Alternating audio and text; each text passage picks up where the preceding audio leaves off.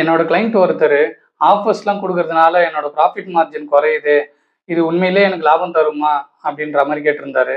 இது எதனால கொடுக்குறோம், இதோட பெனிஃபிட்டை பற்றி கொஞ்சம் சொல்லுங்க அப்படின்னு சொல்லி கேட்டிருந்தாரு. அதை பற்றின வீடியோவாக தான் இது இருக்க போகுது. வாங்க வீடியோக்குள்ளே போகலாம். நான் ஏழுமலை சர்டிஃபைட் ட்ரைனர் மற்றும் ஆண்டர்பிரனர்.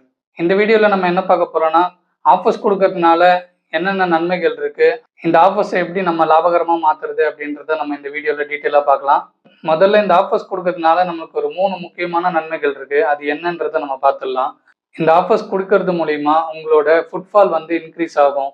அதாவது என்னன்னு கேட்டிங்கன்னா, உங்களுக்கு வரக்கூடிய கஸ்டமர்ஸ் வந்து பார்த்தீங்கன்னா, புது கஸ்டமர்ஸ் அதிகமாக வருவாங்க. ஆல்ரெடி உங்களுக்கு பழைய கஸ்டமர்ஸ் இருப்பாங்க. இப்போ இந்த புது கஸ்டமர்ஸும் வர்றதுனால உங்களோட ரெவென்யூ வந்து கிராஜுவலாக கொஞ்சம் கொஞ்சமாக இன்க்ரீஸ் ஆகும். ரெண்டாவது நன்மை என்னன்னு கேட்டிங்கன்னா, கஸ்டமர் ரிட்டென்ஷன். அதாவது உங்கள் கஸ்டமரை நீங்கள் தக்க வச்சுக்க முடியும். இந்த மாதிரி ரெகுலராக நீங்கள் ஆஃபர்ஸ் கொடுக்கறது மூலிமா உங்கள் கஸ்டமர் ரிப்பீட் ஆகிட்டே இருப்பாங்க. இதனால உங்களுக்கும் கஸ்டமர்ஸ்க்கும் ஒரு நல்ல லாயல்ட்டி பில்ட் ஆகும். இதனால உங்களுக்கு ரிப்பீட்டடாக வந்துக்கிட்டே இருப்பாங்க. இது மூலிமா உங்களுக்கு சேல்ஸ் வந்து பார்த்தீங்கன்னா கன்சிஸ்டண்ட்டாக உங்களுக்கு நடந்துக்கிட்டே இருக்கும். மூணாவது நன்மை என்னன்னு கேட்டீங்கன்னா, காம்படிட்டிவ்னஸ். அப்படின்னா என்னன்னு கேட்டிங்கன்னா, இப்போ மார்க்கெட்டில் வந்து பார்த்தீங்கன்னா உங்களை மாதிரியே இருக்கிற காம்படிட்டர்ஸும் ஆஃபர்ஸ்லாம் கொடுத்துட்டு இருப்பாரு. இப்போ ஒருவேளை நீங்கள் கொடுக்கல அப்படின்னும் போது அவங்களோட ஆஃபர்ஸ்லாம் வந்து நல்லா இருக்கு அப்படின்றது மூலிமா நம்மக்கிட்ட ஆஃபர்ஸ் இல்லைன்றதுனால அவங்க கிட்ட கஸ்டமர்ஸ் போகிறதுக்கான வாய்ப்புகள் அதிகம். இப்போ நீங்கள் ஆல்ரெடி ரெகுலராக நீங்கள் ஆஃபர்ஸ் கொடுத்துட்டு இருக்கும்போது உங்களை நோக்கி அவங்க வர்றதுக்கான வாய்ப்புகள் அதிகம்.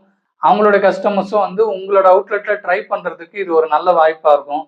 இது மூலிமா நீங்கள் வந்து காம்படிஷனில் வந்து கலந்துக்கிட்டே இருப்பீங்க. அதனால் உங்களோட மார்க்கெட் வேல்யூவும் வந்து கொஞ்சம் கொஞ்சமாக இன்க்ரீஸ் ஆகிட்டே இருக்கும். ஸோ இதெல்லாம் தான் பார்த்தீங்கன்னா இந்த ஆஃபர்ஸ் கொடுக்கறது மூலிமா இருக்கக்கூடிய மேஜரான வந்து அட்வான்டேஜஸ்.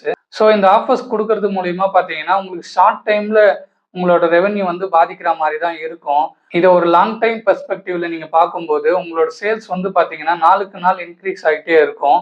அது மூலிமா பார்த்தீங்கன்னா நீங்கள் மார்க்கெட்டில் வந்து கொஞ்சம் கொஞ்சமாக க்ரோத் ஆகிட்டே போயிட்டு இருப்பீங்க.